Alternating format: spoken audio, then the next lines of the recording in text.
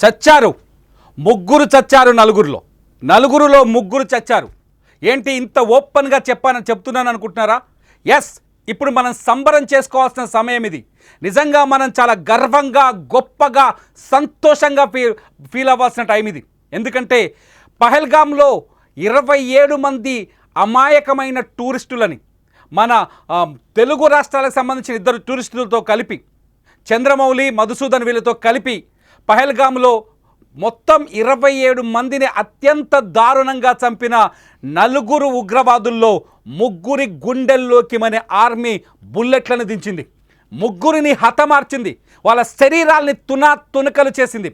వాళ్ళు ఎక్కడ దాక్కున్నా వదిలిపెట్టకుండా 3 నెలల పాటు ఆపరేషన్ నిర్వహించిన మన భారత ఆర్మీ మొత్తానికి ఇవాళ విజయం సాధించింది. ఇక్కడ చాలా గొప్ప విషయం ఏంటో తెలుసా? ఇవాళే మన పార్లమెంట్లో ఆపరేషన్ సింధూర్ పైన చర్చ జరుగుతోంది. ప్రధానమంత్రి మోదీ భారత పార్లమెంట్లో ఆపరేషన్ సింధూర్లో సాధించిన విజయాల గురించి గర్వంగా మాట్లాడుతున్న సందర్భం ఇది. సరిగ్గా ఇదే సమయంలో శ్రీనగర్, కాశ్మీర్లోని శ్రీనగర్కు సమీపంలో ఉన్న హర్వాన్లోని లిద్వాన్లో ఉన్న దాజిగమ్ నేషనల్ పార్కులో ఈ 4 ఉగ్రవాదుల్ని హతమార్చారు. ఒక్కసారి వాళ్ళ ఫోటోలు చూద్దాం. 4 ఉగ్రవాదుల ఫోటోలు చూద్దాం. ఈ 4 ఉగ్రవాదుల్ని ఈ నలుగురే కశ్మీర్లో పహల్గామ్లో అరాచకాన్ని సృష్టించింది, రక్తపాతాన్ని పారించింది. అమాయకులైన మన 27 మంది మన టూరిస్టులని పొట్టన పెట్టుకుంది. భార్యల కళ్ళ ముందే తుపాకీ గొంతు పైన గుండెలోకి ఎక్కుపెట్టి మోడీని తలుచుకోండ్రా అంటూ కాల్చిన ఈ 4 దుర్మార్గుల్లో 3 హతమయ్యారు. 3 అత్యంత దారుణంగా చంపేశారు. చచ్చిన 3 ముష్కరుల పేర్లు ఒకసారి చదువుతాను. ఆసిఫ్ ఫౌజీ, సులేమాన్ షా, అబూ తలహా. ఆసిఫ్ ఫౌజీ, సులేమాన్ షా, అబూ తలహా. ఈ 3 ఉగ్రవాదులు చచ్చారు. రక్తపు మడుగులో ఇప్పుడు అలా శరీరాలు ఉన్నాయి. మౌంట్ మహదేవ్ సమీపంలో కొనసాగిన ఆపరేషన్ మహదేవ్లో 3 నెలలుగా ఆపరేషన్ మహదేవ్ కొనసాగుతోంది. ఈ ఉగ్రవాదులంతా మౌంట్ మహదేవ్ సమీపంలోని ఒక పార్క్ దగ్గర, దాజిగమ్ నేషనల్ పార్క్ దగ్గర నక్కి ఉన్నారని తెలుసుకున్న మన ఆర్మీ చాలా చాకచక్యంగా ఈ 4 3 లేపడేసింది. నిజంగా ఆ రోజు ఎంత ఏడ్చాం, ఎన్ని కన్నీళ్లు పెట్టుకున్నాం. అమాయకులైన మన బిడ్డల్ని, మన భారతమాత బిడ్డల్ని, ముద్దు బిడ్డల్ని అన్యాయంగా కాల్చి చంపేశారు. భార్యల కళ్ళ ముందు భర్తల గుండెల్లోకి తుపాకీ గుళ్ళను దించి వాళ్ళ పిల్లల ముందు అన్యాయంగా కాలిస్తే రక్తపు మడుగులో కొట్టుకొని విలవిల్లాడి ప్రాణాలు వదిలేసిన ఆ రోజుని, ఏప్రిల్ 22వ తేదీని గుర్తుపెట్టుకోండి. ఒక్కసారి తెచ్చుకోండి. ఆ రోజును గుర్తు తెచ్చుకోండి. పహల్గామ్లో మన అమాయకులైన పర్యాటకులు చనిపోయిన రోజును గుర్తు తెచ్చుకోండి.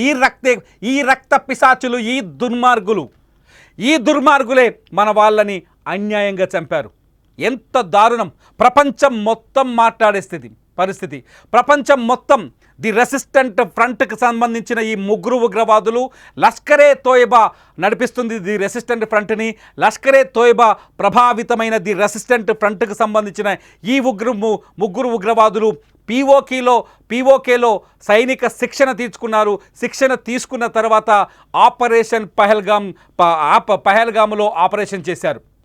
పర్యాటకులని, ప్రశాంతమైన వాతావరణంలో పర్యాటకులని పిలిచి మరీ తుపాకులతో కాల్చారు. మీ మతం ఏంటి అని అడిగారు. మీరు హిందువులైతే అంతేకాదు, కల్మా చదవమంటూ వాళ్ళని బెదిరించారు. కల్మా చదవని వాళ్ళ గొంతులో తుపాకీ పెట్టి గుండ్లు పేల్చారు. కల్మా చదివిన వాళ్ళని కూడా కాల్చి చంపేశారు. మతం పేరుతో హిందువులైతే అత్యంత దారుణంగా చంపేస్తామని మతం పేరుతో అన్యాయంగా చంపేశారు. 27 మంది ఆ కుటుంబాలు ఇవాళ రోధిస్తున్నాయి. 3 నెలల్లో మన ఇంట్లో ఒక మనిషి చనిపోతే మనం మర్చిపోతామా? మన కుటుంబాన్ని నడిపించేవాళ్ళు, మన కుటుంబానికి పెద్ద దిక్కుగా ఉన్నవాళ్ళు అటువంటి వ్యక్తుల్ని అన్యాయంగా, సంతోషంగా గడిపేందుకు కుటుంబంతో కలిసి కాశ్మీర్కు వెళితే ఆ కాశ్మీర్లో ఉగ్రవాదులు ఎదురై, ఈ 4 ముష్కరులు ఎదురై తుపాకీ గుండె మీద పెట్టి, నీ మతం ఏంటి, నీ ప్రాంతం ఏంటి, కల్మా చదువుతావా ఇలా అడిగి కాల్చి చంపితే ఎలా మర్చిపోతాం? ఆపరేషన్ సింధూర్లో పాకిస్తాన్కి సంబంధించిన ఉగ్ర శిబిరాలు ధ్వంసమయ్యాయి. పీఓకేలో 5, పాకిస్తాన్లో 4 స్థావరాల్ని నిమిషాల్లో 21 నిమిషాల్లో నేల మట్టం చేసిన భారత ఆర్మీ మన శక్తి సామర్థ్యాలేంటో ఈ ప్రపంచానికి చాటి చెప్పింది. అటువంటి ఆపరేషన్ సింధూర్లో తప్పించుకు తిరిగిన ది రెసిస్టెంట్ ఫ్రంట్కి సంబంధించిన ఈ 3 ఉగ్రవాదుల్ని ఇవాళ హతం చేసి ఈ దేశానికి రక్త తర్పణం చేసింది. రగిలిపోతున్న మన భారత ఎవరైతే బాధితులు ఉన్నారో వాళ్లకు శాంతిని, ఎంతో కొంత శాంతినిచ్చే ప్రయత్నం చేసింది. పహల్గామ్ ఎన్కౌంటర్ తర్వాత జరిగిన అతిపెద్ద ఆపరేషన్ ఇది. పహల్గామ్ ఎన్కౌంటర్ తర్వాత మన మిలిటరీ అంటే కశ్మీర్ పోలీసులు, సిఆర్పిఎఫ్ ట్రూప్స్ అట్లాగే బిఎస్ఎఫ్ 3 కలిసి ఆపరేషన్ చేసినట్టుగా తెలుస్తుంది. ఈ ఆపరేషన్లో 3 ఎవరైతే పహల్గామ్లో కాల్పులు జరిపారో, అన్యాయంగా మన వాళ్ళని చంపేశారో వాళ్ళ ప్రాణాలు తీసినట్టుగా తెలుస్తోంది. స్పష్టంగా అర్థమవుతుంది అత్యంత దారుణంగా మన వాళ్ళని చంపిన వాళ్ళని మన భారతీయ తుపాకీ గుళ్ళకి వాళ్ళని నేలమట్టం చేసింది మన ఆర్మీ. ఏదేమైనా లోక్సభలో ఇవాళే ఆపరేషన్ సింధూర్ పైన చర్చ జరుగుతోంది. ఆపరేషన్ సింధూర్ పైన అనేక రాజకీయ దుమారాలున్నాయి. ఎందుకు ట్రంప్ పదే పదే నేనే యుద్ధాన్ని ఆపానని చెప్పుకుంటాడనే ప్రశ్న పెద్దగా కనిపిస్తోంది. అంతేకాదు ఎన్ని యుద్ధ విమానాలు కూలిపోయాయంటూ ప్రతిపక్షాలు ప్రభుత్వాన్ని నిలదీసే ప్రయత్నాలు చేస్తున్నాయి. ఇవన్నీ పక్కన పెడితే, ఇవన్నీ వదిలేస్తే రాజకీయం ఇవ్వాలి, కాకపోతే మనం రేపు చేసుకోవచ్చు, రోజు చేసుకోవచ్చు. కానీ మనల్ని చంపిన వారిని పాకిస్తాన్లో ట్రైన్ అయ్యి పాకిస్తాన్ ప్రభుత్వం ఐఎస్ఐ వాళ్ళకి డబ్బులు ఇస్తే ఆ డబ్బులతో ట్రైనింగ్ తీసుకొని వాళ్ళు ఇచ్చే డబ్బులతో తుపాకులు కొని, వాళ్ళు ఇచ్చే డబ్బులతో బుల్లెట్లు కొని ఆ తుపాకులతో మన దేశంలోకి దొగ్దిదారిన దొంగ మార్గంలో ఎంటర్ అయ్యి అన్యాయంగా మనల్ని కాల్చి చంపేసిన ఈ ఉగ్రవాదం నశించాలనే ఉద్దేశంతో చేసిన ఆపరేషన్ సింధూని మనం సమర్థిస్తాం. ఈ పరిస్థితుల్లో సరిగ్గా ఇదే రోజు ఎప్పుడైతే పార్లమెంట్లో ఈ చర్చ జరుగుతుందో ఆ సమయంలోనే ఈ 3 ఉగ్రవాదుల్ని హతం చేయడం నిజంగా భారత ఆర్మీకి హ్యాట్సప్ చెప్పాల్సిందే.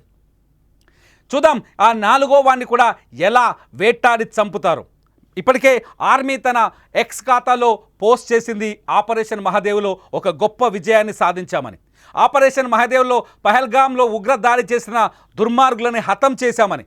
ఆపరేషన్ మహాదేవ్ ద్వారా ఎవరైతే ఈ దేశానికి వ్యతిరేకంగా, ఈ దేశంలో ఉంటూ ఈ దేశానికి వ్యతిరేకంగా ఉగ్రవాదం వైపు అడుగులు వేస్తారో, ఉగ్రవాదంలో ఉంటారో అటువంటి వాళ్ళని బతకనివ్వం, అంతం చేస్తామనే వార్నింగ్ మరోసారి ఇచ్చినట్టయింది. ఏదేమైనా మన మిలిటరీ అట్లాగే కశ్మీర్ పోలీసులు కలిసి చేసిన ఈ ఆపరేషన్లో నిజంగా ఇవాళ గొప్ప విజయం సాధించారని చెప్పాలి.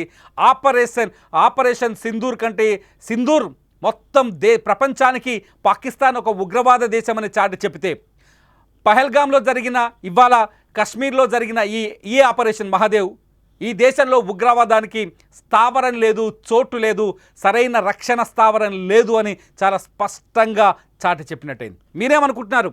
ఈ ఉగ్రవాదుల్ని హతం చేయడాన్ని మీరెలా ఫీల్ అవుతున్నారు?